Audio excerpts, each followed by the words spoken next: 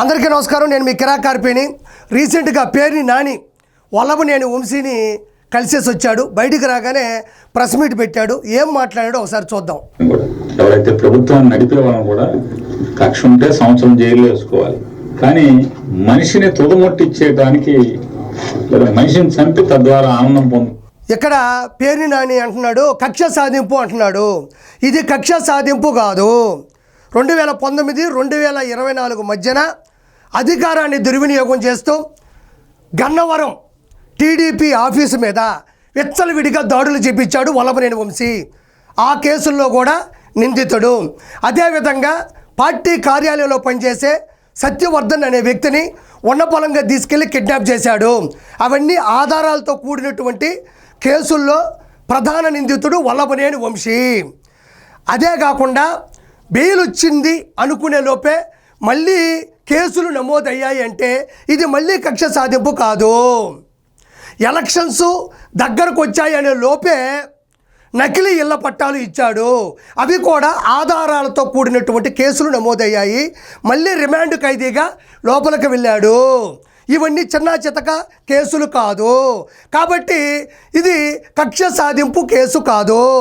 ఇక్కడ ఇంకొక మాట అన్నాడు, ఒకసారి రిపీట్ చేస్తాను చూడండి.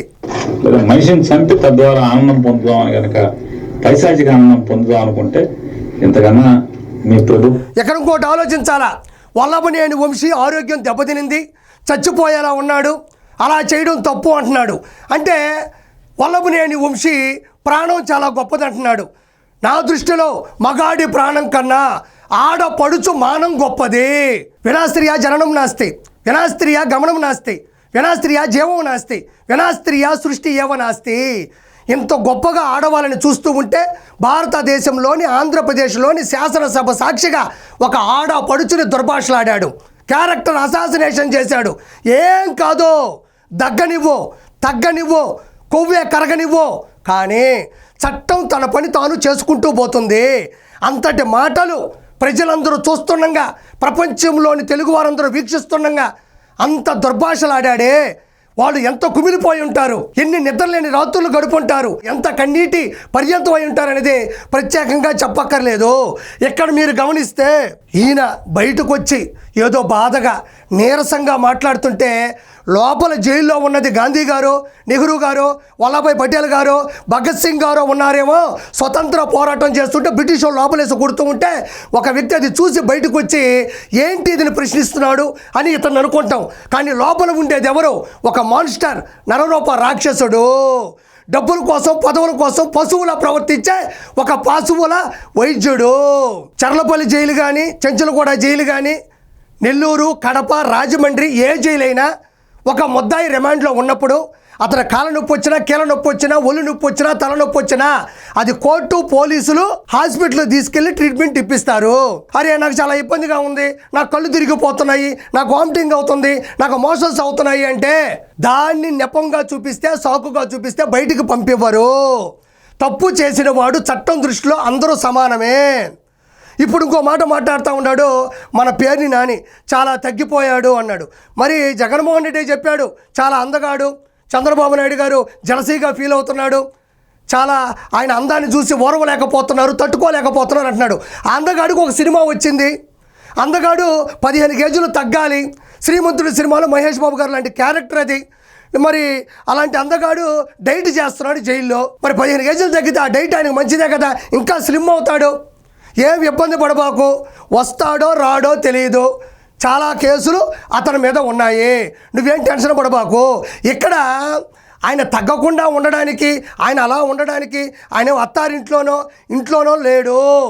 ఆయన వెళ్ళింది రిమాండ్గా ఖైదీకి వెళ్ళాడు. అక్కడ సర్వ సుఖాలు, ప్రపంచ సుఖాలు ఉండవు. అక్కడ బీర్లు ఉండవు, బ్రేజర్లు ఉండవు, వైన్స్లు ఉండవు, విస్కీలు ఉండవు, బ్రాండీలు ఉండవు, మసూరా అన్నం ఉండదు, మటన్ కూర ఉండదు, పరుపు మీద పడుకునేదానికి ఉండదు, ఏసీ గాలి తగలదు. మరి ఎట్టుంటాడు? అందుకే తప్పులు చెయ్యకూడదు. ప్రభుత్వాన్ని నడిపేవాళ్ళు మీకే నష్టం, మీరే దిగజారుతున్నారు అనేది ప్రజల దృష్టిలో కూడా చూసుకోండి. అంటే కేసు మీద కేసు, కేసు మీద కేసు, కేసు మీద కేసు, తప్పుడు కేసులు కొత్తగా తయారు. ఇక్కడ ఒకటి ఆలోచించాలి పేరు నాని, కేసుల మీద కేసులు అంటున్నావు. తప్పుల మీద తప్పులు చేస్తే కేసుల మీద కేసులే పెడతారు కానీ కళ్ళ ముందు కేసులు బీరులు పెట్టరు. తాగి ఎంజాయ్ చేయండి అని చెప్పడానికి. తప్పుల మీద తప్పులు చేసేటప్పుడు ఆలోచించాలి. అందుకే కేసుల మీద కేసులు నమోదవుతున్నాయి.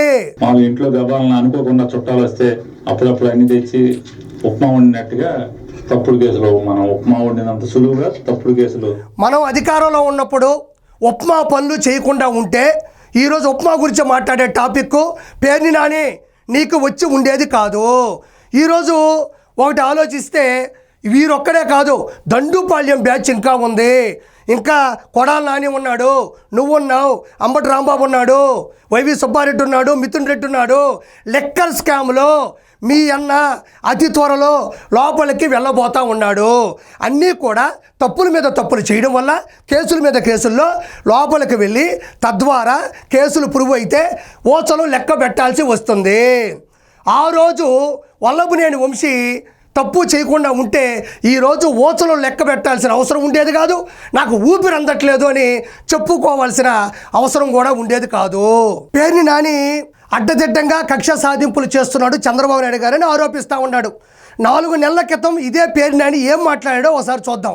నా భార్య జయసుధ మీద కేసు కట్టించడం దగ్గర నుంచి ఆమెని అరెస్ట్ చేయడానికి ఎంత ప్రయత్నం చేశాడో అంత ప్రయత్నం చేశాడు.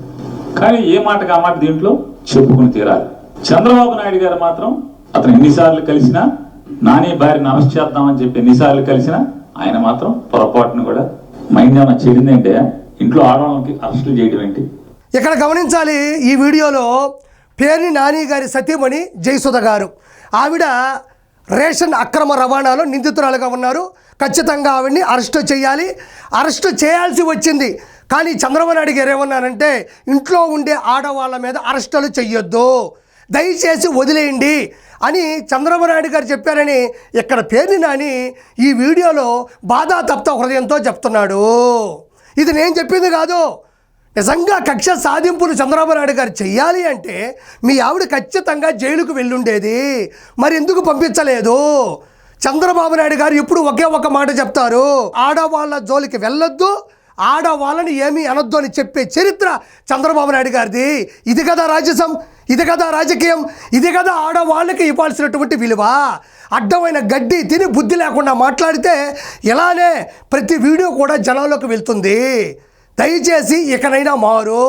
ఇదే పేర్ని నాని వల్లభనేని వంశీ గురించి పక్కన పెడితే పవన్ కళ్యాణ్ గారి గురించి మాట్లాడుతున్నాడు. ఫ్లాప్ అవ్వబోయే సినిమా హరిహర వీరమల్లు, దాన్ని ఎవరూ చూడరు. ఫ్లాప్ అవ్వబోతున్న సినిమా గురించి ఎందుకయ్యా ఈ ఆలోచనలో అంటున్నాడు. ఫ్లాప్ అయింది హరిహరమల్లు సినిమా కాదు, వైఎస్ఆర్సీపీ పార్టీ అట్టర్ ఫ్లాప్ అయింది.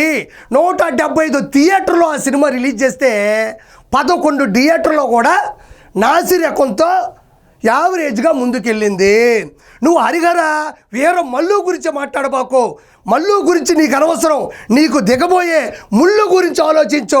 ఆ ముళ్ళు జగన్మోహన్ రెడ్డికి దిగుతుందా, కొడాల నానికి దిగుతుందా, నీకు దిగుతుందా, నీకిన తర్వాత సెప్టిక్ అవుతుందా అనేది కొంచెం ఆలోచించు. నువ్వు పవన్ కళ్యాణ్ గురించి మాట్లాడతావా?